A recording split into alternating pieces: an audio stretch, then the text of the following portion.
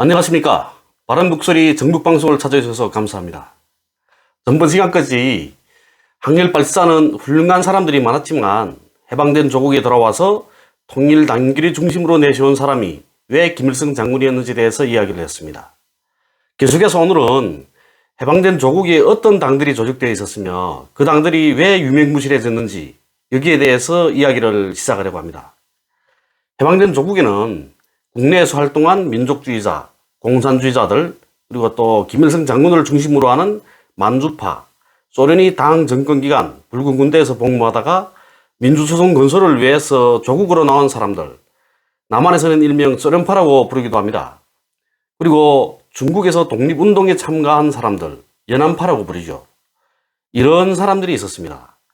1945년 10월 10일 조선 공산주의자들은 북조선 공산당 중앙조직위원회를 결성합니다. 북조선 분국이라고도 부르기도 하죠. 그리고 1945년 11월 18일에 조선민주여성동맹을 결성하고 11월 30일에는 조선직업동맹을 결성합니다. 그리고 또 46년 1월 17일에는 조선민주청년동맹을 결성하고 민청이라고 부릅니다. 1946년 1월 31일에는 농민동맹을 결성합니다. 이렇게 1946년 1월 말까지 사이에 공산당의 외곽 조직들을 모두 만들게 됩니다. 민청의 경우에는 공산주의 청년동맹하고 학생동맹이 따로 있었거든요. 따로 있었는데 김일성 장군이 중재하에 민주청년동맹으로 합치게 된 겁니다. 이렇게 해방된 조국에 돌아온 김일성 장군은 반년 못 되는 기간에 공산당을 조직하고 그 외곽 조직들인 직맹, 농군맹, 민청, 여명 조직들을 모두 조직하고 딱 틀어지게 되는 겁니다. 소련파로 불리던 사람들은 소련 정부와 당, 그리고 군대에서 일정한 직위를 가지고 있던 사람들이었습니다. 대표적 인물로는 허가이를 둘 수 있습니다. 허가이는 소련에서 타스켄트주 당비서로 일하고 있던 사람입니다. 그리고 또 정전협정 북측 수석대표로 참석했던 남일 대장의 경우에는 타슈켄트 사범대학을 졸업하고 카수카다리아주 교육부장으로 근무하다가 해방된 조국에 나왔거든요. 그래서 1946년 11월부터 북조선 임시인민위원회 교육국 부국장으로 일했고 49년 9월부터는 교육성부상으로 사업했습니다. 1950년 8월부터 민족보위성부상, 최고사령부 총참모장으로 사업하면서 군사정전위원회 북측 수석대표로 정전협정을 이끌었습니다. 이렇게 소련파라고 부르는 사람들은 소련에서 2차 세계대전을 겪은 사람들로서 일정한 직위가 있었습니다. 그리고 소련파라고 하는 사람들은 자신들이 독자적인 정당을 가져본 적이 없습니다. 소련 공산당원들이었다 보니까 북조선 공산당 중앙조직위원회에 소속돼서 활동하게 됩니다. 그리고 또 해방 후 북한에는 북조선 공산당 중앙조직위원회 외에도 조선민주당, 북조선 천도교 정우당, 조선신민당 등이 조직되게 됩니다. 1945년 10월 31일 천도교 청우당의 지방당 조직 대표들이 참석한 가운데 천도교 청우당 부활전당대회가 개최되게 됩니다. 여기서 천도교 청우당이 부활하게 되는 거죠. 천도교는 1920년대 초에 반일 조직인 고려혁명위원회와 천도교 비상혁명 최고위원회를 조직하고 국제공산당과의 적극적인 제휴를 주장하고 반일 군사 조직인 고려국민혁명군 조직을 계획하고 소련의 대규모적인 군사원조도 요청했었습니다. 이렇게 천도교는 일제 시기부터 국제공산당과의 연계가 있었기 때문에 천도교 박연진 도종과 장백 풍산지구의 천도교 청년당 조직은 김일성 장군과 반일 연공의 일을 걷기도 했고 소련의 사회주의적 시책들을 지지하고 있었습니다. 초창기 천도교 청우당은 분단 실정을 감안해서 북조선에 천도교 청우당 서부지부를 창설하기로 했었거든요. 그런데 1946년 1월 25일에 진행된 당 지방조직대표회의에서 북조선이 독립적인 청우당을 창설할 것을 요구받게 됩니다. 그래서 1946년 2월 8일에 전민족 대단결로 조국이 자주적 평화 통일을 이룩하고 인상무인, 인하무인이 평등사회를 실현하고 만민이 복락을 누리는 지상천국, 리화세계를 건설할 것을 목적으로 하는 북조선 천도교 청우당이 창당되게 됩니다. 천도교 청우당은 창립대회 때 당원이 5만 명이 넘었습니다. 그리고 조선민주주의 인민공화국이 수립되는 1948년 9월 시점에서는 당원 수가 28만 명으로 성장했습니다. 당원이 80%는 농민이었다고 하더라고요. 조선민주당과 기독교계가 주로 도시에 그 기반을 두고 있었다면 천도교는 반대로 농촌이 기반을 두고 있었던 겁니다. 천도교 청구당 외에도 조선민주당이 있었습니다.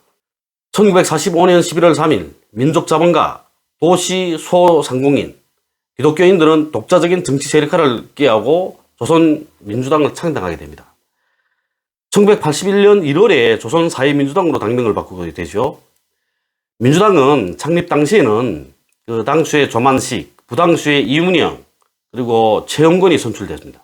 민주당 부당수 최영건은 공산주의를 신봉하는 항일발치산이었습니다. 그럼에도 불구하고 민주당에 입당하는 거죠. 남한에서는 민주당을 와해시킬 목적으로 최영건이 민주당에 들어갔다고 주장하더라고요. 근데 그런 주장은 근거 없는 맹목적인 비난에 불과할 뿐입니다. 최영건은 민주당 당수였던 조만식 선생의 권고에 의해서 민주당에 가입하게 되었던 겁니다. 최영건은 조만식 선생이 오산학교 교장을 하던 시절이 제자였습니다. 그런 인연으로 해서 민주당에 입당하게 되는 거죠. 조만식의 입장에서는 돈 있는 사람들이 당인 민주당의 세력 확대를 위해서는 이름 있는 항일발치산이 필요했던 거죠. 지금으로 말하게 되면 인재 영입을 한 겁니다. 그리고 중국에서 독립운동을 하다가 귀국한 사람들도 있었습니다. 대표적인 인물로 조선 독립동맹의 김두봉, 최창익, 무정, 허정숙, 박일우 이런 사람들이었습니다. 1942년 7월에 하복 조선 독립동맹이 결성되죠. 그 주석이 김두봉, 부주석이 최창익, 한빈, 집행위원회 무정, 허정숙, 박일우 등이 속하게 됩니다. 그리고 조선우영군을 산하에 두었습니다. 여기에서 사령은 무정이 맡고요. 부사령은 박일우와 박효삼이 맡았습니다. 이들도 일제폐만과 함께 조국으로 돌아오게 됩니다. 김두봉 선생은 1946년 2월 8일에 소집된 북조선 임시인민위원회 부위원장을 맡았죠. 그리고 46년 10월에 김일성 종합대 학장으로 또 임명되게 됩니다. 조선독립동맹은 조선우영군 사령을 지낸 무정하고 박일우, 진광화, 유민 등 처음부터 중국 공산당인이었던 사람들이 있었고, 그리고 또 김원봉 선생을 비롯한 임시정부가 결발한 민족주의 계열, 그리고 최창익과 한빈과 같이 공산주의 운동가이면서도 국민당에 지원하는 민족주의자들 속에서 활동하다가 연안으로 온 공산주의 계열, 그리고 또 일본군에서 복무하다가 탈영한 조선인 병사들, 하북지방의 농민들도 속해 있었습니다. 그렇기 때문에 이 조선독립동맹은 공산주의자들의 조직이라고 말할 수 없었습니다. 그래서 해방된 조국에 나온 조선독립동맹 소속 독립운동가들은 독자적인 정치 세력화를 끼하게 됩니다. 그리고 1946년 2월 16일에 신민당을 조직하고 김두봉 선생을 위원장으로 추대하게 되죠. 1946년 2월 8일에 소련 군정이 끝나면서 조직된 북조선 임시인민회의 간부 명단입니다. 이 명단에서도 보게 되면 김일성 장군과 연고가 있는 사람은 최영건 한 명뿐입니다. 이 명단에 있는 사람들은 소련파, 연안파, 국내파로 불리는 사람들입니다. 이렇게 소련파, 연안파, 국내파로 불리는 사람들은 조국으로 돌아온 뒤에 중앙에서 헤게모니 장악을 위해서 열심히 노력했습니다. 그와 반대로 김일성 장군의 동지들은 중앙에서의 벼슬을 뒤로하고 거의 대부분 지방으로 내려갑니다.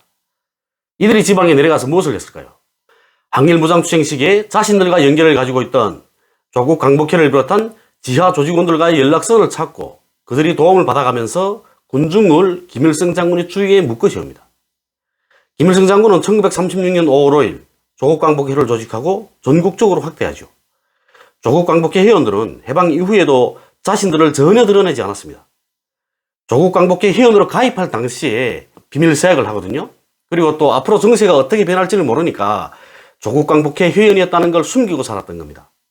1960년대 중반쯤에 들어서서 김일성 주석이 이제는 조국광복회 회원이었다는 걸 이야기해도 된다, 이런 이야기를 하게 됩니다. 그래서 1960년대 중반 이후부터 자신이 조국광복회 회원임을 밝히게 되는 거죠. 우리 남한에도 잘 알려져 있죠. 비선행 장교수 이인모 선생님이요. 그분도 조국광복회 회원이셨습니다. 아마 지리산에서 체포된 이후에도 남한이 이 수사기관, 경찰 이런 수사기관에서 자신이 조국광복회 회원이었다는 건 밝히지 않았을 겁니다. 그때 분들은 그런 분들이었거든요. 김일성 장군은 중앙에서 당 국가건설 사업을 진행하고 있는 동안에 지방으로 내려간 김 장군의 동지들은 농민들을 3.7제 투쟁으로 불러일으켰습니다. 대부분의 운동가들이 헤게모니 정치를 위해서 다투고 있을 때 항일발치단 대원들은 인구의 대부분을 차지하는 농민들을 의식화하고 조직화하기 위한 사업에 제일 먼저 손을 댔던 겁니다. 오랫동안 만주에서 활동하는 과정에 농민들을 의식화해서 추수투생을 이끌어본 경험들이 있죠. 그리고 또 무장들이 뒷받침하는 이 추수투생은 승리할 수밖에 없었습니다. 추수투생을 통해서 농민들은 이 땅의 주인은 농민들 자신이라는 걸 깨우치게 되었고, 항일발치단 출신들이 지도를 받으면서 뭉쳐서 싸우면 이길 수 있다는 신심을 가지게 됩니다. 당연히 지방들에서 김일성 장군과 항일발치단 출신들이 영향력은 커지게 됩니다. 이 시기 김책은 함흥지구에 파견돼서 활동하고 있었습니다. 함흥은 우리나라 최대의 하공업지구였죠. 그리고 또 오기섭을 비롯한 함남도 공산주의자들이 터전이기도 합니다.